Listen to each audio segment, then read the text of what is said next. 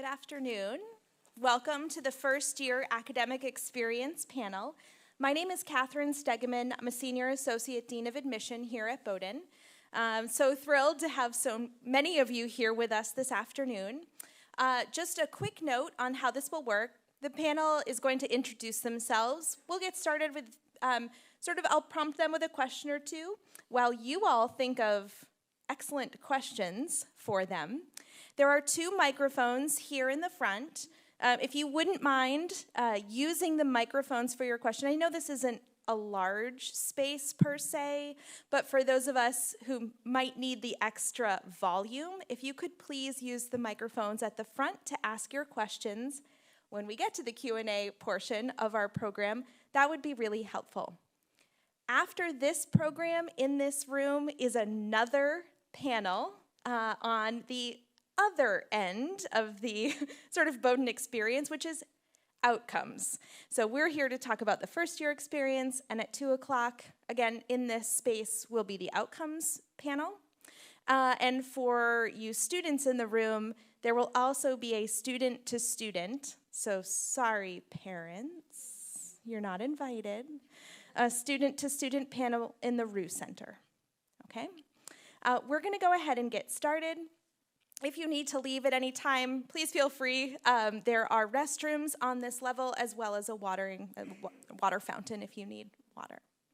All right, we'll go ahead and get started. And I'm gonna have the panel briefly introduce themselves, explain what they do here at Bowdoin, and we're gonna start with Katie. Hello and welcome. We are thrilled to see all of you here and very thankful for all of our colleagues in admissions that got you to be here today. My name's Katie Burns. I direct the Baldwin Center for Learning and Teaching, which is located in the library on the first floor in the back to the right. I believe this is my 13th year at Bowdoin. And so in the Baldwin Center, we house all of our academic support services for students as well as all of our faculty development resources around teaching. So we get to work with all the wonderful faculty here to improve their teaching and think about what they might want to do differently. And then we also get to work with all of the students who think about, how do I want to improve as a student? How do I want to be a better writer? How do I want to be a better problem solver? How do I want to think about how to manage my time differently now that I'm at college? So we have professional services and academic coaching that focus generally on sort of life coaching and time management and skills. And we also have academic coaching specifically around writing. And then we hire about 300 students a year who work with us as doing peer-to-peer learning. So we call them Q tutors if they work in quantitative classes. Then we have writing assistants, which you'll hear more about from my colleague John Paul at the end. And then we also have peer mentors or coaches who specifically focus on helping you figure out your schedule, how to manage your time, and sort of different ways to study now that you're at college. I teach one class a year in the education department on educational psychology. How many people got to go to a class yesterday or today? Yay, most people, that's great. One of my favorite things is when I hear from students who are in my class later that they came during this day and got to sort of see what it was like. So I love teaching, and I'll just say, I think when I think about the first year academic experience, one of the best pieces of advice, we do a survey, about 100 students every semester answer some questions, and we say, what one skill do you need to be successful at Bowdoin? Anyone want to guess what it is? Writing. It's a good guess. It's up there. It's not the number one. Yeah, John Paul likes that. Yeah? Time management. You got it. It's time management. And really, what we're also sort of rethinking about is it's really about task management and thinking about the task you need to do and breaking it down and sort of starting with the end in mind. So if this is coming up here, what needs to happen on the way to get to that point? So I will turn it over to my colleague, Rachel Bean. Welcome. So glad to see you. My name is Rachel Bean. I'm a geologist and a professor in the Earth and Oceanographic Science Department. Right now, I am serving as an associate dean within the Office of Academic Affairs. So, within the Dean of Students office, each of you who come to Bowdoin will have a student dean assigned to you. I kind of view my work as a that kind of person for faculty at Bowdoin, and that I support faculty so that they can support and teach you better. I also, in that role, direct our academic advising program. So that means that in the summer, you'll receive an email from the Dean of First Year Students, Kwa Kwong, and myself, welcoming you, letting you know the process of summer, learning about the curriculum over the summer, and taking placement surveys and registering for classes. Also, make sure that you're connected to an advisor once you're here.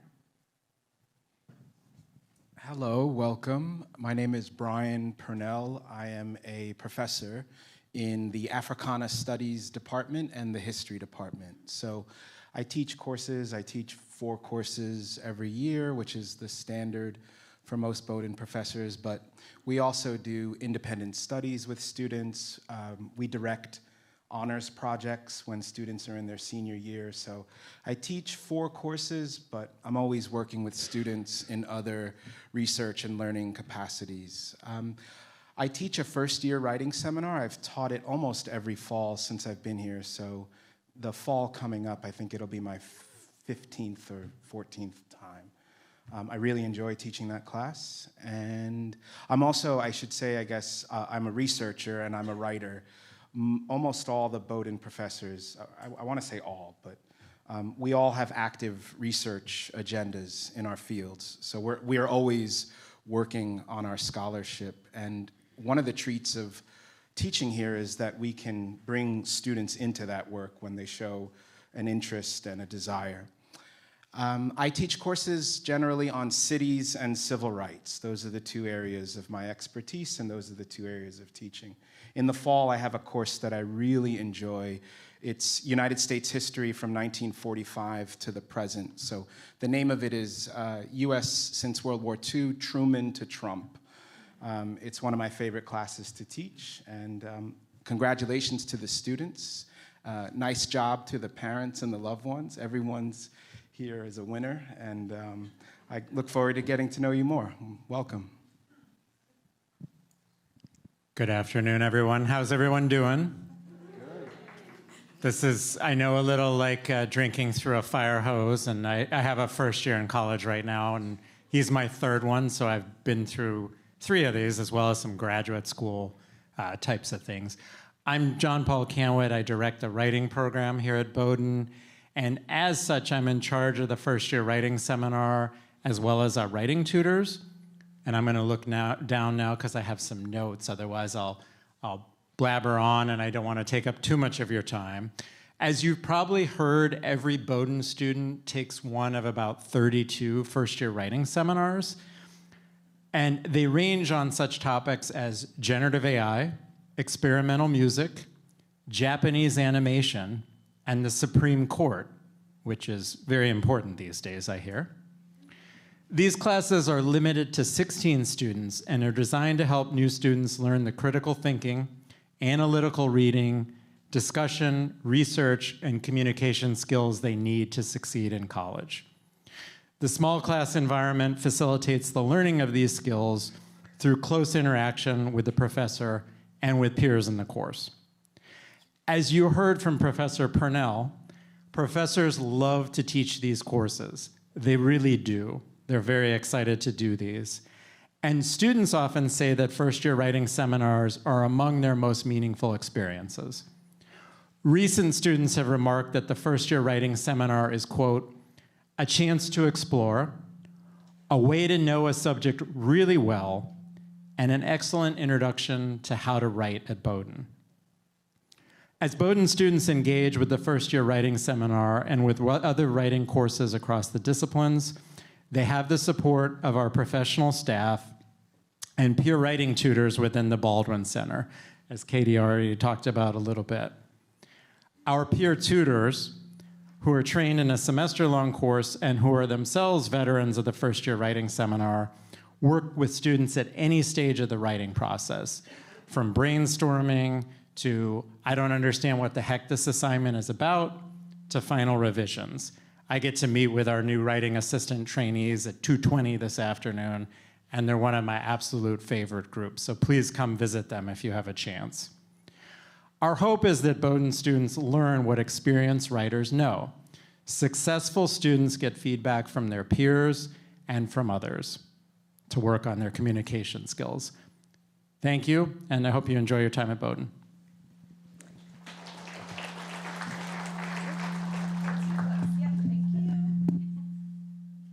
Feedback.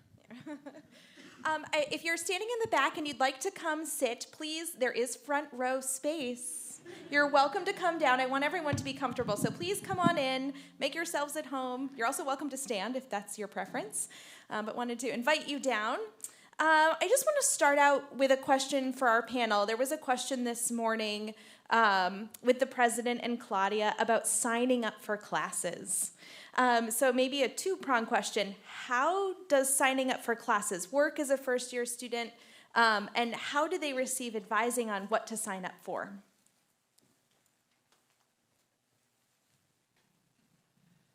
Over the summer, we are building out some websites about the Bowdoin curriculum, about the things that are required, such as selecting a first-year writing seminar that John Paul talked about, and some strategies, like you don't want all of your classes on Mondays and Wednesdays only, because that would be too many in a row, for example. So we'll be sharing that as part of the kind of guidance for choosing courses. We also will be encouraging you to look through the course catalog and the courses that are being offered. So for example, thinking about what might be 5 first-year writing seminars that capture your interest, or what might be a course in each of the distribution requirements that captures your interest, just as a way to make sure that you're really thinking about the curriculum broadly. As a first-year student, we ask that you explore and really embrace the liberal arts, not necessarily be set on any particular major, but see what's out there, see what captures your interest, and to follow some of those. So let me loop back to distribution requirements for just a minute. So we have, in addition to the first-year writing seminars, we have 5 distribution requirements. One is in math, computational, and statistical reasoning, another in the natural sciences, another in difference, power, and inequity, international perspectives, and visual and performing arts. So again, this is a way to encourage you that there are courses all throughout the curriculum that will satisfy these, and a way to really look through them. We encourage students to complete these by the end of the sophomore year, and required by the end of the junior year. But that means that, like, if there's 1 or 2, like your first semester, that you're interested in, that's a great way to look across. Now let's get to some of the more specifics about how you register for courses. So at the beginning of June, all incoming students will take placement surveys. There are 2 placement surveys that are required. One is in information literacy, and the other one is in quantitative skills. In addition to that, there's some optional ones. Those are mostly in the languages and the sciences.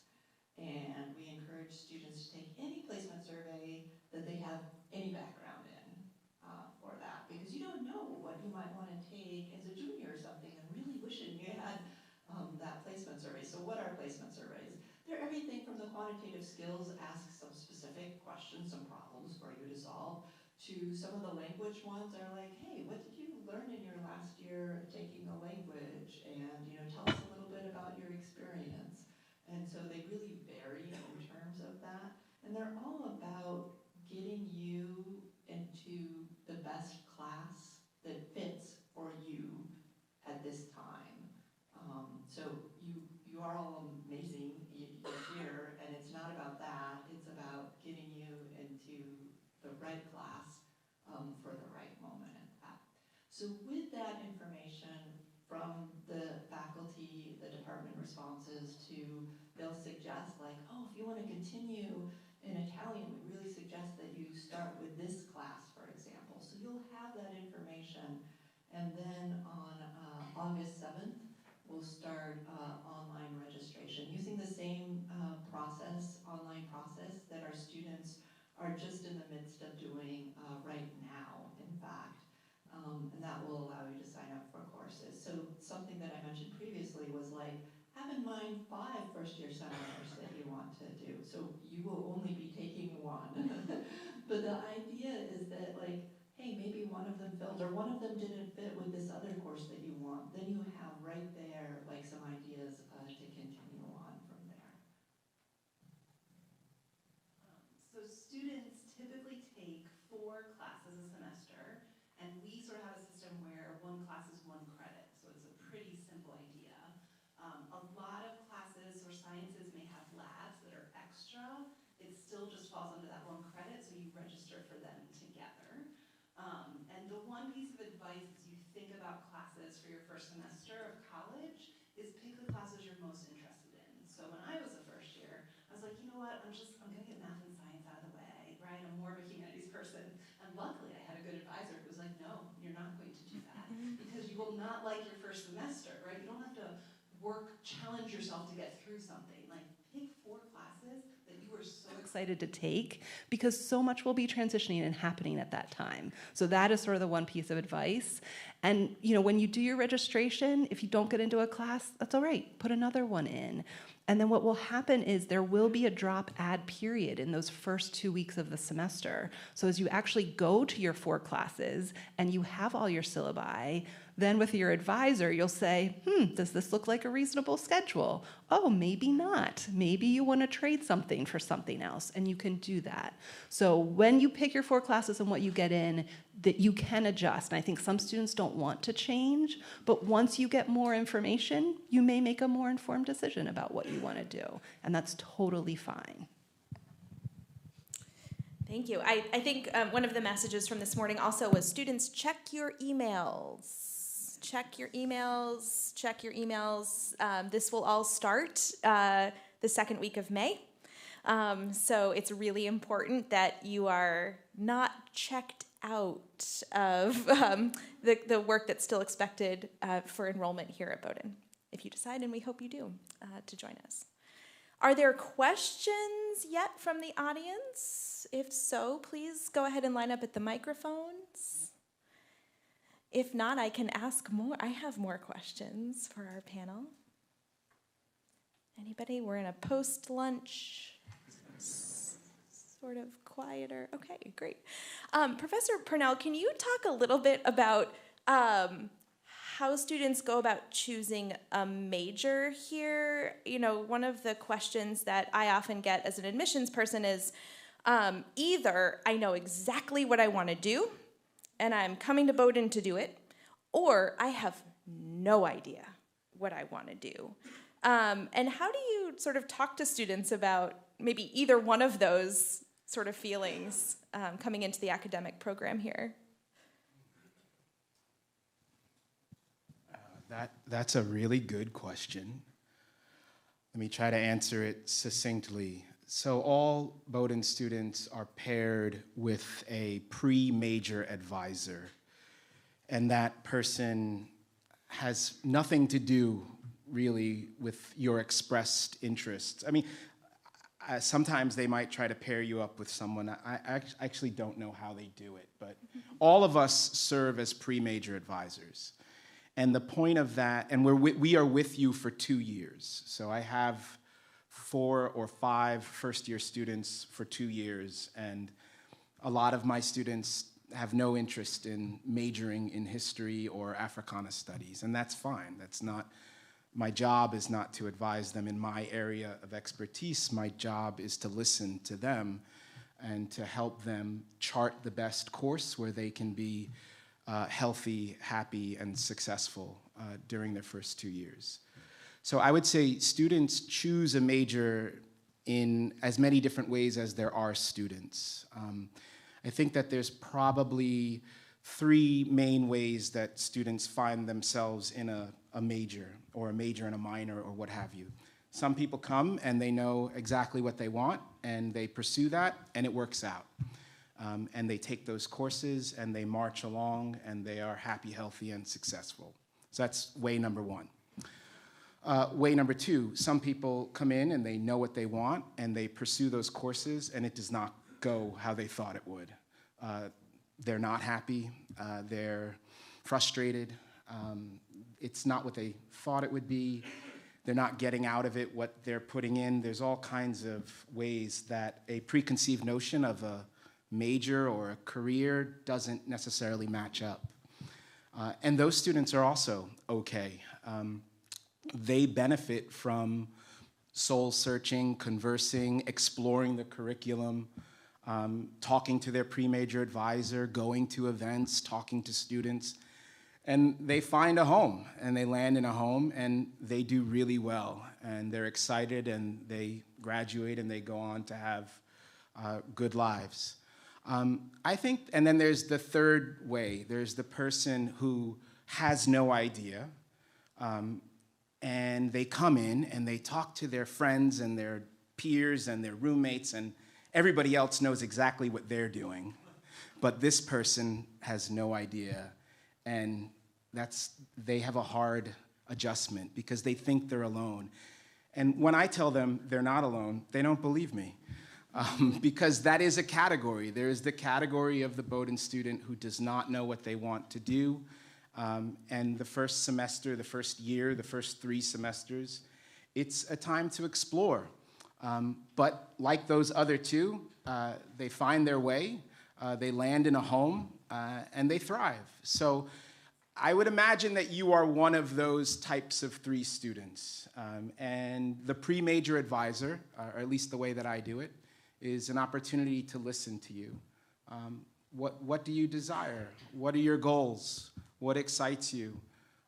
What do you do academically that makes you feel joy, that challenges you in good ways? And what do you do academically that frustrates you, that makes you feel like you're not moving while running in place?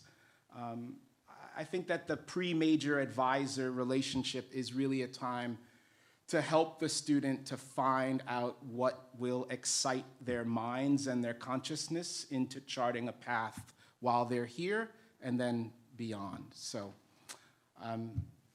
those are the 3 ways that I think people do it. Great, thank you very much. Again, invitations to ask questions here at the microphone. Yeah, you just come right on down to the mic. We're here in Maine, we're informal. This is a lovely, personable place. Thank you for coming down to use the microphone. I was going to mosh down. Yeah. We love a crowd surf here. It was going to be a real quick question, and I wasn't going to stand because there's not much to it, but is there summer reading? No. Is there summer reading? My daughter asked me to ask. Yeah. Is there summer reading? No, there used to be, but there's not anymore. We're thinking about bringing it back. Yeah, is that something you all want? Straw poll, yeah. We're not bringing it back.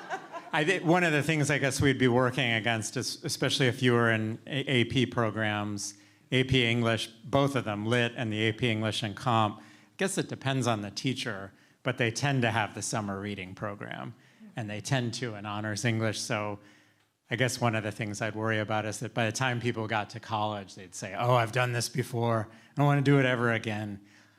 I would go out and read a book that you really want to read. That could be the summer sort of program. Playground by Richard Powers. There's my recommendation. Oh, wow. Oh, good. People like it. You bring up APs. I think it's a really good question. So I'm going to, again, insert myself unless you guys feel compelled to come forward to our microphones. Can you talk about students who have AP credit and coming into Bowdoin? What might that look like here?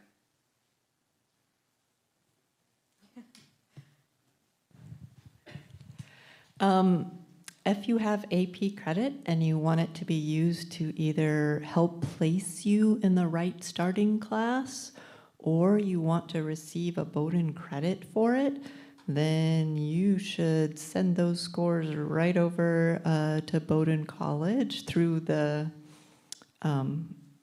through the service. Yeah, I think there'll be more information in May on how There'll to be more information made. communicate that to the how to do it. registrar. Yep. If you want it for credit, you need to do it by the end of your sophomore year. So it's easiest to do it now when you're thinking about it.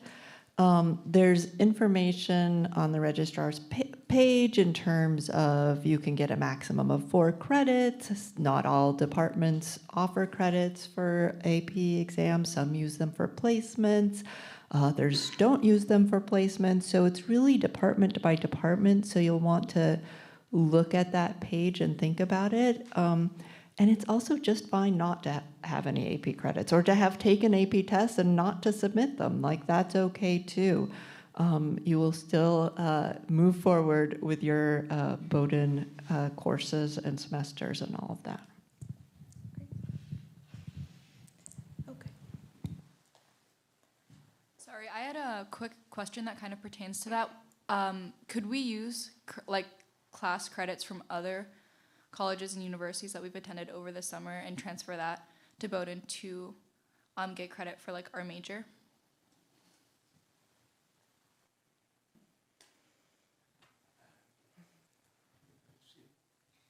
It's kind of similar. It depends on the department.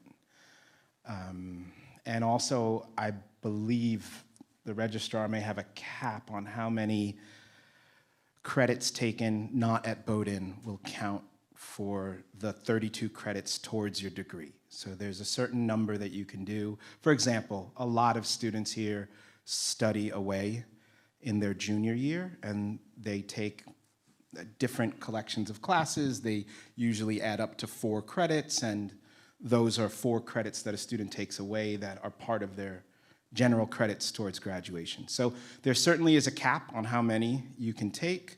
Each department will have different rules about how many they would accept towards the major. So if you are taking classes at other colleges, you want to hold on. I would say every time someone says, I took a class, will it count towards the history? My first question is, do you have the syllabus? Do you have the work that you did? We have to look at what you did, and the basic question we ask is, at least in the history department, is the course comparable to what you would do here? And if it's not comparable, we're gonna say, sorry, it's not gonna count. So hold on to your material and then have those conversations with the departments or programs where you'd want to try to earn the credit. Also, something that came up this morning with our student panelists in Ask Us Anything was the concept of office hours. And that might be familiar to some of us in the room, but for others, they may not know what office hours are or what they're used for. Could we just sort of get your all's impression of what are office hours? Why would you use them? That would be great. I guess I'm going first. Everyone's looking at me. So what faculty do in your courses, and this will be on the syllabus, they will list the times that they are available in their office to meet.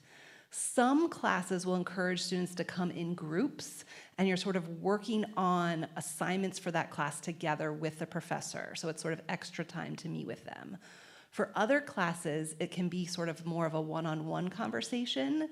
And they can be used for specific things in the class. So if you want to clarify something that you didn't understand that happened in class that week, you can go talk in office hours about it. If you were thinking about a summer internship or something else that might be in that field, you could come talk with them about it. If you want to know more about their research and what they do, sort of thinking about possible options in the future, that is another way to use office hours. Some faculty will also have office hours where they'll move and be maybe in the student union. So you can go to the cafe and you get a coffee or tea together and just sort of have a conversation. A lot of people, as you probably have all noticed, Bowdoin is a very personal place. And we really encourage people, one of the biggest things you'll take away from your college experience wherever you go are relationships. And so relationships with professors and faculty, as well as with peers and other students, you're going to spend a lot of time cultivating them. And so some people have renamed their office hours student hours to be more clear of like, this is the time to come talk to me. For a lot of people, when you start college, at first, office hours feels like that's the time they're working, and it's not for me to come meet with you, and that's not true.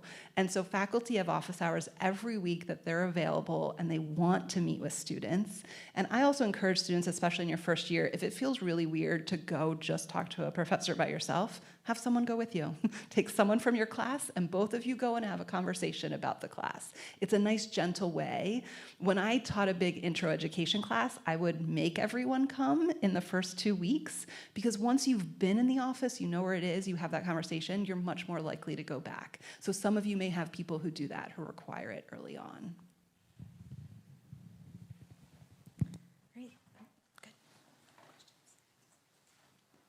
I'm curious kind of how you think of the academic ethos at Bowdoin and how professors like work to cultivate that in the classroom.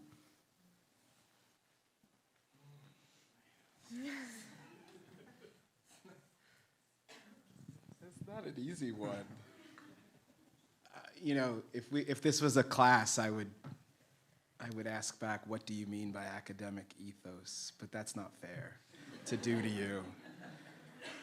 I'm going to assume that you're asking about the culture, the way of being an academic for a student. It's a really good question. We have all different kinds of students. So the academic ethos, the academic culture is, I think, something that forms between the professor and the class, the professor and the individual students. We have our expectations, which we lay out in the beginning. We create a syllabus. We work very hard on them. We try to cultivate what we think would be the best way for the students to achieve the skills and the knowledge and have the outcomes that we design the course to have. But a lot of it's going to depend on who's in the class, their interests, what you bring to the learning, your level of investment, your desires. So I think the academic ethos at Bowdoin is a relationship that forms from professors to students. I think it is something that comes from the expectations that we set. In my first year writing seminar, I set the expectations very high. I have the students write 5 papers over the course of the semester, but 4 of them they write twice. And then 1 of them is a research paper at the end. So 6 papers, and 4 of those smaller ones they do twice. That's a lot, right? Like, that's demanding.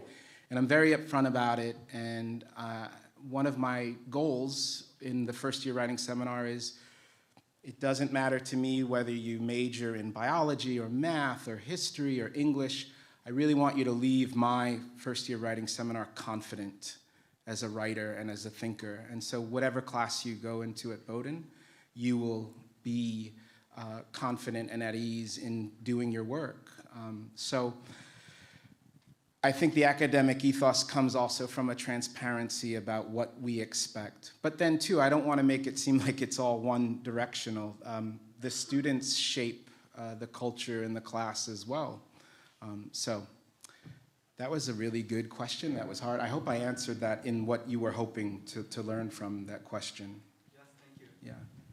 And I was just going to add, I've heard from a lot of students, too, that they feel this shift happens from high school to college, and that high school can feel competitive. And really, at a place like Bowdoin, it's much more that everyone can be successful at what they want to do, and so it feels more collaborative.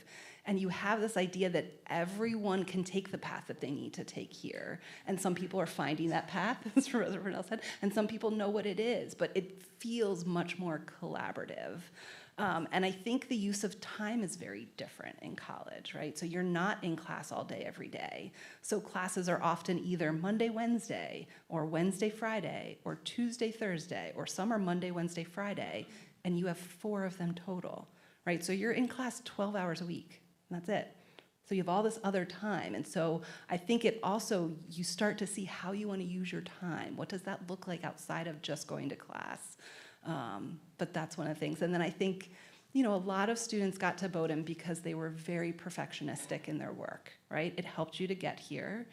And part of being here is figuring out, can I let go of some of that perfectionism and still do really good work? And what does it look like to make a mistake? Yeah, I think along those lines, hypothetically speaking, let's say there's a student in a first year writing seminar, and that first paper comes back. And it's not the evaluative number or grade that they're used to seeing, maybe, from what they experienced in high school. What are the steps that student could do to sort of... Excellent question, and it's a very familiar one. So I've been teaching first year writing for about 25 years now. It's hard to believe. And I think that the observation I often get from students after that first paper is, wow, I've never got less than an A before on a paper, and that might be true of some of you, for sure. The expectations are different. First of all, I hope that in that first year writing seminar, the first paper is a draft. I think that's the world that most first year writing seminars are taught in, so you're going to be getting a lot of feedback on your writing before you get that grade, so there's things you can do to improve it. If that grade comes back and you're not happy, and this is a thing I would add, by the way, beyond just writing, there's a concept called grade surprise, where, again, it's Bowdoin College. It's a very selective, highly selective school. A lot of you are used to getting A's, so there's a thing where you get a B and you say, oh my goodness. Consider the feedback you're getting.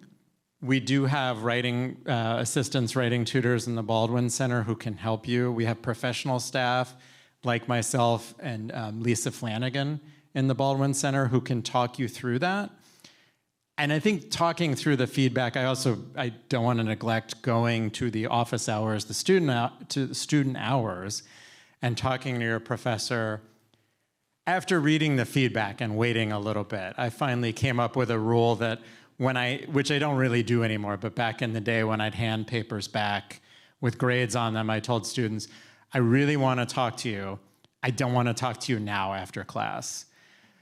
I love talking to students, but that kind of initial reaction, I think, when any of us get feedback, is to just not look at it and just look at that grade at the end. So take a look at the feedback that you're getting and think about this as a process. This is not sort of a final product where you're absolutely done if you got a B or even a C on that first paper.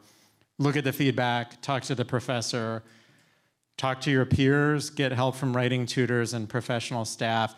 It will be okay. It is not a disaster to get a B on the first paper or even a C. I think that's actually the more common experience than somebody who goes through and everything is an A, kind of just the way it's been in high school.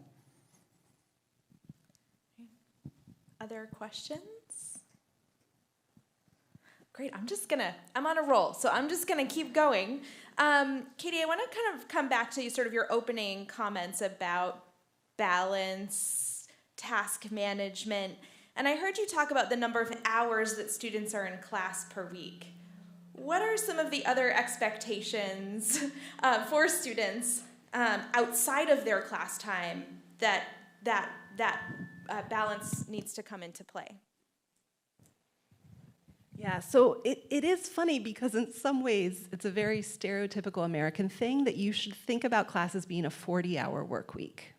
So for one class that you're in for 3 hours a week, you're probably spending about 7 hours outside of class preparing for that class or doing other things related to that. And so it can be a full class load, plus you're trying to have a wonderful life here, right? You're gonna join some clubs or play an instrument or do all of these other things. And so you really start to rethink how you're going to manage your time. And I think one of the biggest things that students have learned is really as they look at a schedule to put in the times that they're going to do the classwork, not just the times that they're going to classes. And so it can be hard to balance and to manage. And again, this idea that we can all improve in these things. So when we were tabling and people saw this anti-procrastination workshop, right, all the parents were like, yeah, I could use that, right? Like these are lessons we're learning throughout our whole life is how to manage our time, how to set priorities, priorities, how to say no to something because you really want to spend your time doing this other thing and what that looks like. So a lot of languages will have language table. So you'll have a meal with people who are taking the same language with you, and then you're all speaking Spanish together. A lot of science classes or math classes will have a lab, which will be an extra outside component. And then you're going to be doing projects in your class. So my class right now is in small groups, and they're going to interview and talk to people and do some observations. All of that is happening outside of class. So once you sort of see how your classes are designed, you get a much better sense of how you're going to spend your time outside of class, but doing classwork. One of my favorite things to do is just wander over to Smith Union to get a mid-morning coffee, and just seeing students working in Smith Union, right? They may not be in class, but they're, and I've heard from others that there are all these sort of study spaces around campus. So Smith Union, not just the library, the athletic facility. So I think students find their spaces to sort of do that work. Yeah. You know, some of you may know this about yourself already, but you can sort of discover it here. Do you need a space where other people are also working? And is that helpful? Do you want to be able to see other people? Do you need to have a space where you don't see anyone else and it's quiet and that's how you focus? And so you'll see students go to different spaces sort of depending on what they need and what's the most helpful for them. And then you have certain classes that you maybe, it's better to work in a group versus to work on your own. And so you start to figure those things out. And really, older students can really help you to find sort of these spaces on campus that you might not know about, but that are great places to study. So, for example, in the Baldwin Center, we always have tea and coffee available in there, and that's for students anytime. So some students have figured out, like, oh, this is a great space to work, and so they'll come in and just sort of do their work there. So you find lots of those kinds of places throughout campus.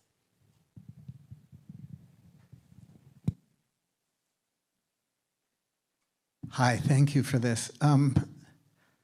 My mind is a little bit blown by the breadth that you're encouraging from the students and the cross-disciplinary nature of everything. I'm wondering what faculty does to break through your own departmental silos and to model collaboration for the students.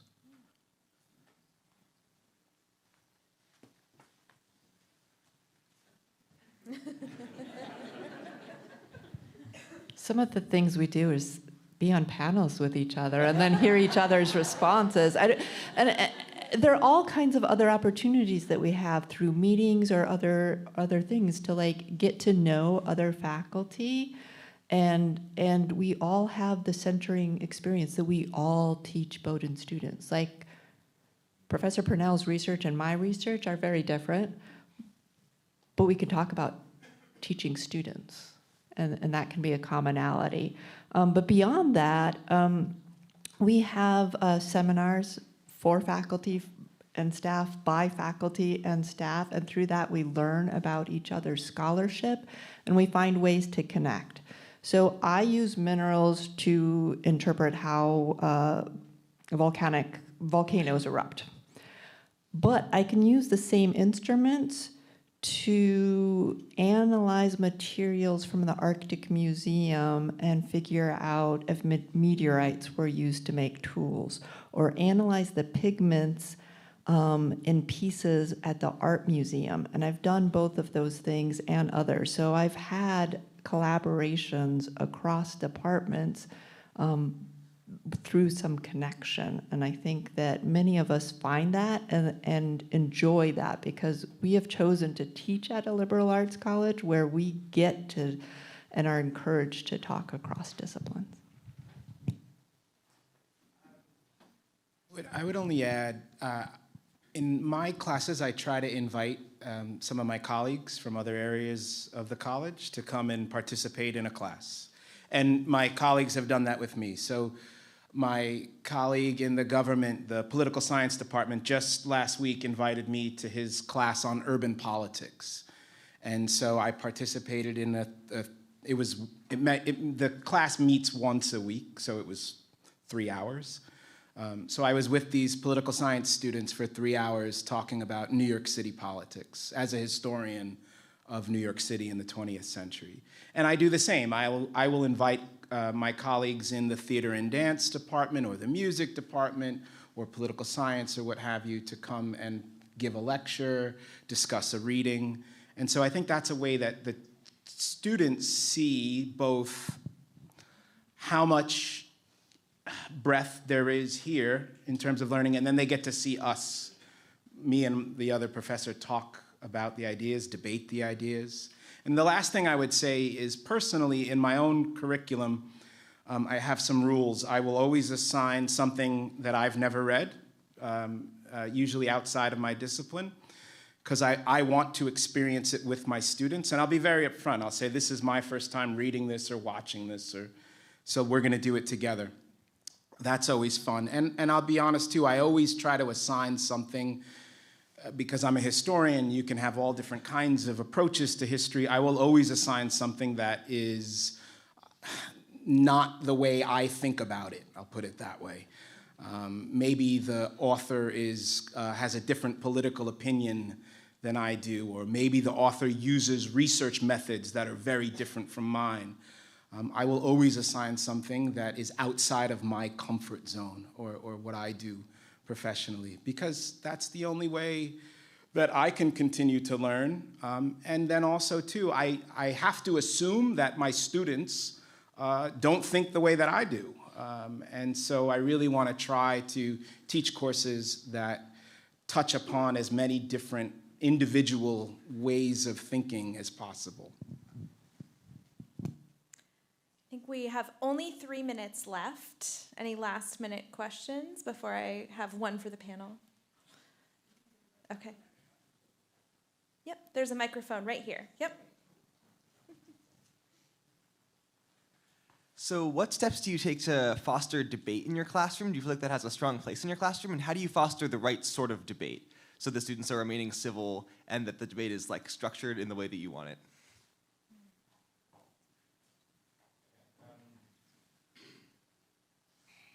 Well, I'm glad you qualified that at the end to say to make sure that the debate is civil, because I think that's important, and I think to do that we need some guidelines and guardrails. So one of the things that I do in fostering debate is to announce that we will, if it's an announced debate, to work with the students during my student hours. I never called it that, but now I will. I always learn from Dr. Burns, so I love that. If students are doing a debate as part of the grade, then we work on it together before they have the debate in the class. So that there's some preparation, there's some encouragement, there's some suggestions. But a lot of my classes, there is debate that will happen spontaneously. Students will share their opinions. Students will have read things and thought about things outside of the syllabus, which is good. Students come from different places politically and intellectually and culturally. So students can debate all the time in class, and the way to keep it civil, I found, is to give students a little bit of leeway initially, but then to bring us back to what we've all done, the text at hand, the documentary at hand, the source at hand. So that way you can have personal opinions and personal ideas that are balanced by the common syllabus that we are all doing.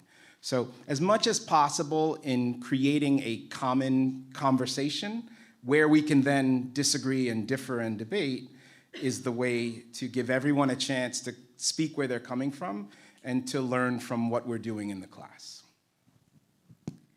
I think just to wrap us up here, I would be curious if the panel had any advice coming into your first year experience, and is there anything you would share with these students as they sort of mentally prepare to be here in August? We hope you're coming. Yeah, the assumption is. However you all want to jump in.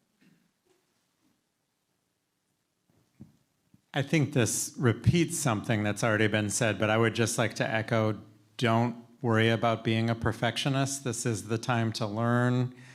Grades matter. We know they do. We know you're going to be thinking about them, but as much as possible, focus on the learning and not the getting it perfect or getting everything right.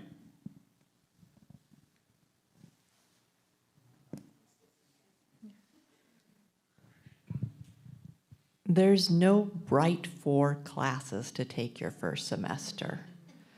There are lots of amazing courses, and you get to choose 4 of them, but there's no exact 4 courses that you have to take your first semester.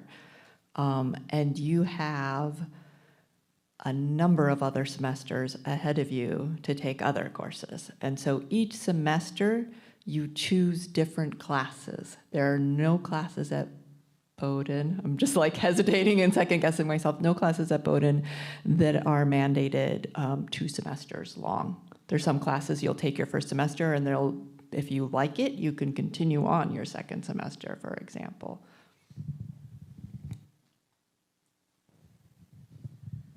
Yeah, I think the first thing is let your curiosity lead as you make decisions. So if you find yourself being curious or interested about something, sort of follow that thread, even if it's something completely new to what you've had before, or if it is something you know very well and you're curious, keep following that. And then I think the other thing is really make time to build relationships. I think that is a key thing that you will get out of your time here, is having that time of having conversations, whether it's debate in your room at 1 a.m. or it's a conversation in class at 10 in the morning. Like, spend time building those relationships.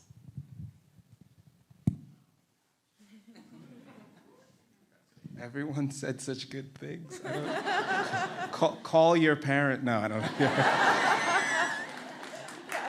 Yeah, call someone from home. Call a friend.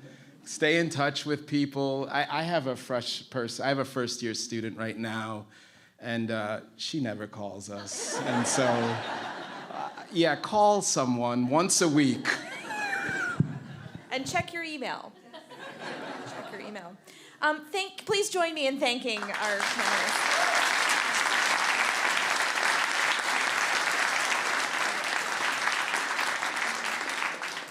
We have a brief break before the next panel starts, and then seniors, if you're headed to the senior panel, that will be at the Roos Center. Thank you.